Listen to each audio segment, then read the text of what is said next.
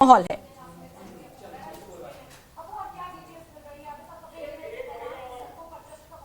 बिल्कुल जैस्मिन, बहुत शुक्रिया। देखिए 40वें दिन ये बड़ी खबर निकल कर आई है। जिस तरह से पूरे मिडिल ईस्ट में अफरा तफरी का माहौल था, जंग हर रोज एक तरह से शदीद होती जा रही थी, और जिस तरह से अमेरिकी सदर डोनाल्ड ट्रंप की तरफ से ये बड़ा बयान आया था कि पूरी एक तहजीब को, पूरी एक सभ्यता को एक तरह से खत्म कर दिया जाएगा और एक रात में ईरान पर इतने बड़े पैमाने पर हमले किए जाएंगे कि ईरान का सफ़े हस्ती से एक तरह से नामो निशान मिट जाएगा। लेकिन किसी ने सोचा नहीं था कि इतना बड़ा फैसला एक तरह से लिया जाएगा, जंगबंदी अचानक एक तरह से जैस्मिन हो जाएगी। क्योंकि हमारे साथ मौलाना असलम रिजवी साहब भी जुड़े हुए हैं।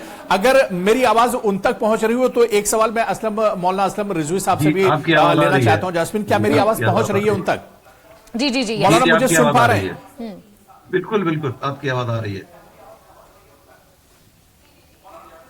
मुझे आपकी आवाज अबू भाई आ रही है। हाँ बिल्कुल मौलाना, क्या इससे महज एक इत्तेफाक कहा जाए कि आप बेहतर बता सकते हैं, हमारे जो दर्शक हैं, हमारे जो नाजरीन हैं, कि 40वें दिन जो खैबर की जो जंग थी वो 40वें दिन में जाकर एक तरह से फतेह हुई थी, और यहां पर भी आप एक इत्तेफाक देखिए कि इजराइल, अमेरिका और ईरान के दरमियान जो एक तरह से जंगबंदी हुई है वो भी 40वें दिन आई है। इसे किस तरह से आप देखते हैं, या इस जंगबंदी से क्या कुछ असरात होंगे पूरे खित्ते पर?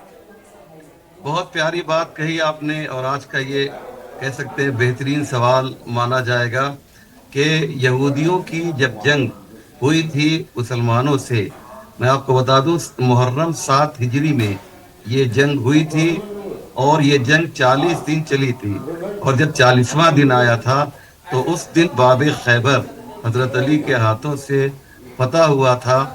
और ये कितना खूबसूरत इत्तेफाक है कि आज 40वां दिन है, और आज भी फातह खैबर के मानने वालों ने खैबर वालों से फतह हासिल की है।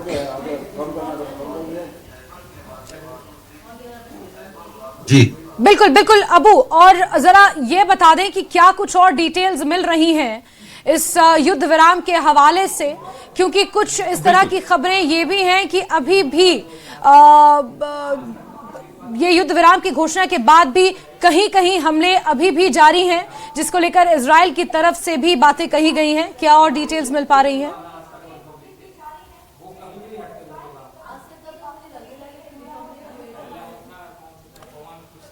बिल्कुल जैस्मिन, अगर मेरी आवाज आप तक पहुंच रही है, क्योंकि पूरा सवाल तो मैं आपका नहीं सुन पाया, लेकिन इस वक्त जो इस जंगबंदी को लेकर जो बड़ी जानकारी निकल कर आ रही है कि जंगबंदी तो एक तरह से जरूर हो गई है, और जिस तरह से ये बड़ा कदम उठाया गया है, अब ये कहा जा रहा है कि फ्राइडे से यानी आने वाले जुमे से इस्लामाबाद में, पाकिस्तान में बाकायदा ईरान और अमेरिका के दरमियान इस पर बातचीत शुरू होगी। और जैस्मिन, अपने दर्शकों को हम बताते चलें कि इस बातचीत में सिर्फ पाकिस्तान का ही रोल नहीं है, बल्कि इसके पीछे इजिप्ट का बहुत अहम रोल बताया जा रहा है, और इसी तरह से तुर्की का बहुत अहम रोल इस जंगबंदी में बताया जा रहा है। यानी जितने भी फरीक हैं ये सब एक साथ पाकिस्तान में जुटेंगे और बैठेंगे, और उसके बाद इस जंगबंदी को लेकर इस पर बातचीत की जाएगी। लेकिन जैस्मिन, इस पूरी बातचीत में जो सबसे ज्यादा इंपॉर्टेंट है वो 10 पॉइंट हैं जो दरअसल रखे गए हैं, जिसकी बुनियाद पर एक तरह से ये पूरी जंगबंदी हुई है,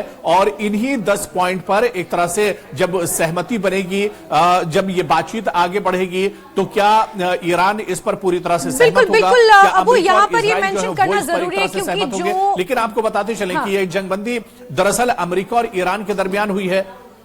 बिल्कुल अबू, और ये जो शर्तें रखी हैं ईरान ने, ये सिर्फ इन 40 दिनों के भीतर की नहीं है, ये बहुत पहले से ईरान और अमेरिका के बीच जो तनाव था उस तनाव को खत्म करने के लिए, उस लिबर्टी को हासिल करने के लिए ईरान ने ये 10 शर्तें रखी है। मौलाना साहब इसे ज्यादा बेटर एक्सप्लेन कर पाएंगे, लेकिन मौलाना साहब एक चीज और जोड़ना चाहूंगी कि जो ईरान के प्रॉक्सी संगठन है, चाहे लेबनान में हिजबुल्लाह हो या फिर हूथी हो यमन में, या फिर हम हमास फिलिस्तीन में बात करें, उन प्रॉक्सी संगठनों का रोल आप इस सीज फायर के बीच कहां देख रहे हैं? क्या उन पर भी किसी तरह का इंपैक्ट आएगा? लेबनान को लेकर तो इजराइल ने खुद ही दावा कर दिया है, और ईरान ने यह भी स्पष्ट कर दिया है कि हमारी शर्तों में हिजबुल्लाह भी शामिल होगा।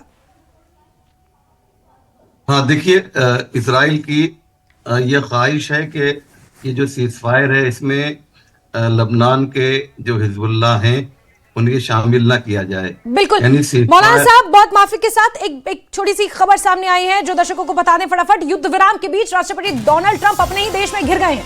राष्ट्रपति पद से हटाने की उन्हें मांग तेज हो गई है। 85 से ज्यादा यूएस सेनेटर की ट्रंप को हटाने की मांग है, यानी 85% से ज्यादा जो सेनेटर हैं वो ट्रंप को हटाने की मांग कर रहे हैं। 50 से ज्यादा सांसदों ने उन्हें पद से हटाने की मांग की है। डेमोक्रेट्स ने ट्रंप के बयानों को युद्ध अपराध बताया है और कांग्रेस से तत्काल कार्रवाई की अपील की है। 25वें संशोधन के तहत उपराष्ट्रपति और कैबिनेट राष्ट्रपति को अस्थायी रूप से हटाने का यह प्रावधान है और इसी के तहत यह मांग की गई है। कुछ समय पहले तक राष्ट्रपति डोनाल्ड ट्रंप के खिलाफ अमेरिका की सड़कों पर प्रदर्शन भी देखने को मिला था। अब राष्ट्रपति डोनाल्ड ट्रंप को पद से हटाने की मांग की गई है।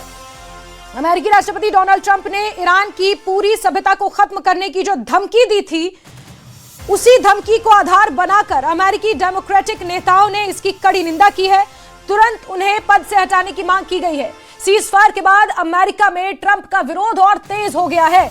वॉशिंगटन डीसी में ट्रंप के खिलाफ जोरदार प्रदर्शन हो रहे हैं। व्हाइट हाउस के बाहर प्रदर्शनकारी जमा हैं एक बार फिर, और इससे पहले भी अमेरिका की सड़कों पर हमने इसी तरह राष्ट्रपति डोनाल्ड ट्रंप के खिलाफ प्रदर्शन देखे थे और एक बार फिर से डोनाल्ड ट्रंप की मुश्किलें बढ़ गई हैं। अमेरिका में ट्रंप का विरोध और ज्यादा तेज हो गया है। जिस तरह से उन्होंने ईरान की पूरी सभ्यता को खत्म करने का यह ऐलान किया था, दावा किया था, धमकी दी थी, और ऐसे में अब ट्रंप के खिलाफ विरोध प्रदर्शन तेज हो गए हैं। सुनिए।